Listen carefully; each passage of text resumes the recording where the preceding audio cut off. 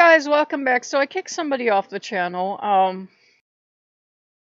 If you want someone that handles bigots or people that are prejudiced against certain groups of people with love, I'm not your person. I'm not. There are a bunch of what I consider namby-pamby, just love the prejudice away people on YouTube. I'm not that person. If you say something bigoted or mean, we're not having the conversation because I just don't have the time to wait until you turn around. If you're bigoted towards any of the gods or goddesses I serve, fine, I'm kicking you out. I will do that. I don't care about, I'm equal opportunity. I don't care what the color of your skin is. I don't care where you come from. If you don't like a god or goddess for some reason, and you start speaking hate about them, I will kick you out. It doesn't even matter if I don't get along with that god or goddess in the least. I'm universal with that. Some people, for reasons, and it always burned me, got a little bit of a pass. It never worked out because they never turned around. People usually have pretty set ideas about the gods and goddesses they hate. It's not my job, so far as I know, from the gods and goddesses to turn any of you around. So if you come on and you start talking smack about anybody from Odin to La Santa, you're gone. And yeah, I go, whoa. I've had to kick people off for years because they didn't like the Greeks, or they didn't like the Romans, or they don't like gods from South America. And they always do that stuff that people do to to make their bigotry okay. Well, our ancestors were good and clean and pure. Excuse me while I go laugh hysterically. But their people were bad people, and their people did bad sacrifices. Don't say that in front of the person from Odin, because the one thing you learn studying the old man is how much human sacrifice he really enjoyed, because he really likes this stuff. He's a god of war, so he can pick up dead people. And it's like, whether they were being sacrificed to a god of war or they were being sacrificed to the sun, people have been sacrificed all over the world forever. It doesn't really matter. It really doesn't change the fact that we're killing somebody, and the method of killing is really a moot point. Whether you hang them or you cut the heart out or you drown them or whatever else you do to them, setting them on fire was popular at one point. I got, oh yeah. We have always sacrificed each other to our gods because we are trying to appease them because the corrupt spelled, or there's too much war, or there's not enough war, or we don't have enough warriors, or we have too many, we have a surplus and must get rid of them because they're literally the warrior class, and we already have enough farmers and everything else, so they're just kind of taking up space and taking up stores that we don't have. We've always had human sacrifice. Sometimes I'm sure the priests looked around, being the most educated people, and said, some of these people got to go because we only have X amount of food. I'm sure that's where some human sacrifice came from. And sometimes we did it because, we felt hundreds of years ago, do not judge our ancestors for this, that if somebody was born sickly or different or something else, they were marked by the gods, and we sacrificed them. People sacrifice children. It's not a happy fact, but it was done worldwide. So obviously I'm not going to be monetizing this. People sacrifice children worldwide. It is something our ancestors did because they believed that the gods enjoyed it, and it was the most precious gift we had. On the main mundane side, people the world over have taken their babies and just left them somewhere because they couldn't take care of them. What else could they do? Both starve to death? No, some instinct kicks in, and the mother, whether she takes the baby to someone else or she takes the baby and leaves it somewhere and, hopes for the best, that's just a fact of human nature. We're no different than any of the other animals. And, children, the same thing. People will abandon children up to this day because they can't take care of them, or they don't want to take care of them, or they never wanted children in the first place. Hansel and Gretel is based on the fact that when our poor ancestors just could not feed the children, they'd take them in the middle of the woods. And you could say, well, at least they had a shot if they didn't get eaten by something, or, whatever. And there were people that lived in the woods, and we know this, and we have it documented that they lived off of children because there was no game. Or if there was game, the king owned it, and children are small and tasty. We're barbaric people. We are a child-eating people. So before you go and you put your European ancestors way up high, do be aware we are also cannibals like every other member of our species because we're just a cannibalistic, hyper-aggressive, meat-eating ape. And, we do the best we can. We do the best we can. And the person had opined that if a god or goddess would make a joke now about human sacrifice, they weren't worthy of worship, meaning La Santa, because they hated La Santa, but the European gods got a pass. Oh, how generous of them.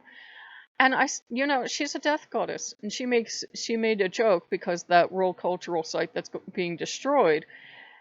She made a joke about me not going there because there's a temple of the moon and the sun, and we don't know what happened at this site. And she says, I wouldn't go there if I were you. You look pretty tasty. And even though she shouldn't have a tongue, it was just like from her. And she was making a joke. And, there is the idea that some of the South American deities and, some deities from wherever, including our deities, will just take what they need. And she was like, we will never find you again. She was going on. She was having fun. I probably would have been just fine, but she has a sense of humor. She's a warrior goddess that'll kick your ass, and she's also the goddess that presided over a months-long cult to the dead.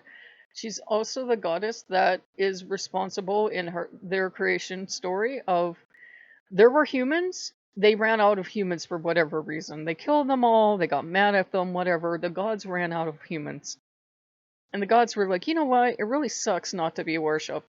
So they sent two heroes down to the underworld, and they went up to the king of the underworld and said, hey, we need the bones of the old gods because we ran out of humans and we want to make more. And he was like, you know what? I'm fine, but my wife. I'm sorry. If you can convince her, you can have them. And she was so ferocious and so terrifying that they couldn't even get near the bones, or they tried, and she was all like, and I'm leaving out bits, and I'm, kind of shortening it here. And basically, they had to tell her, if we take these bones of the gods and we make humans, you can have them back when they die. You can have all the humans back because these were her babies. These were her babies, and the mom was protecting them. That's the kind of goddess La Santa is. It's that. And she doesn't care what color you are or where you come from. You're her baby. As far as she is concerned, every human on the planet is her baby. And she's going to come over and protect her children. She's absolutely feral and ferocious.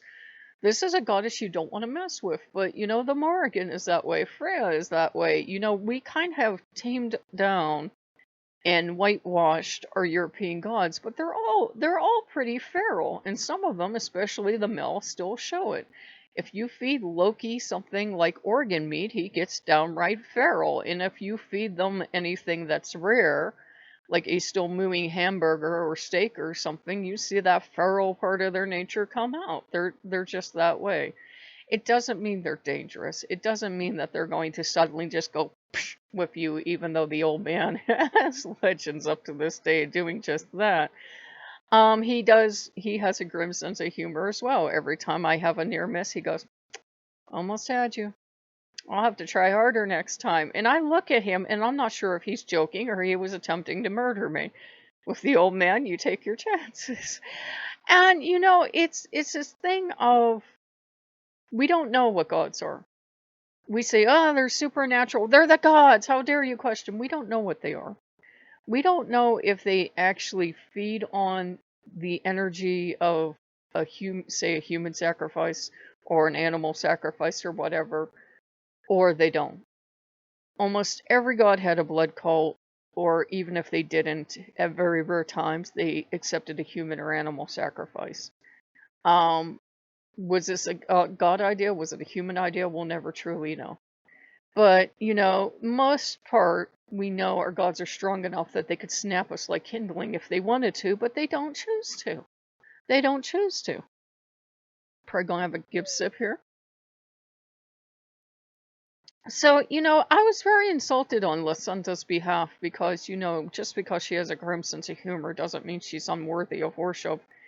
And the old man has a grim sense of humor too. Most death deities do. If you're going to avoid worshiping gods because they have a grim sense of humor, then you might as well not worship any of them because they can all have gallows humor depending on what facet of their personality you're working with.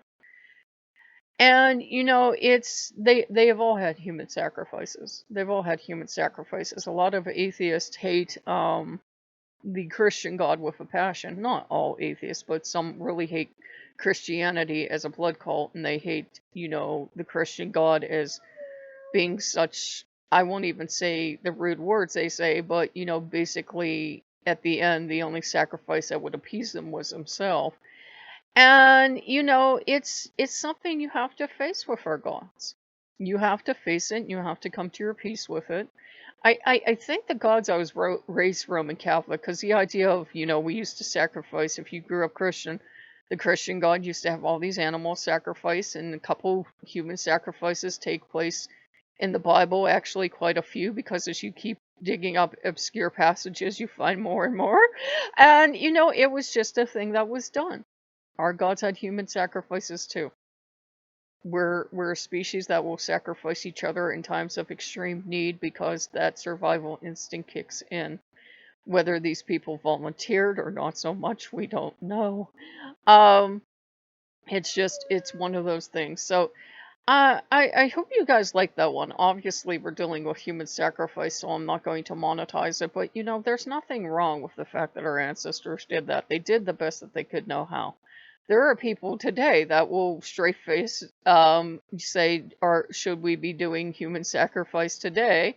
And there are people that indeed carry out human sacrifice today. It doesn't mean it's something the gods are still demanding, but there are people that go, well, is this something the gods want? If we like sacrifice people to Odin, would he I don't know, end the homelessness or something? It's one of those things that's always going to be in our species, the idea that, well, I never have liked the neighbor, and if the Allfather would grant me things, don't sacrifice people, obviously. But, it's part of our species. We, in extreme cases, will sacrifice our most beautiful, our most young, our warriors. I can't think of too many, but those of you more familiar can tell me. We usually don't sacrifice our old and weak in that context. We take them out and we put them on ice floes, or we put them in the snow, or we just don't take care of them and they wander the streets hopelessly. But that's how our species is. That's how our species is. We're not the nicest species on the planet. We're as red of tooth and claw as everybody else, and of course our interactions with our gods reflect that. So, if you like what you see, like, comment, subscribe, and I'll see you later. Bye bye.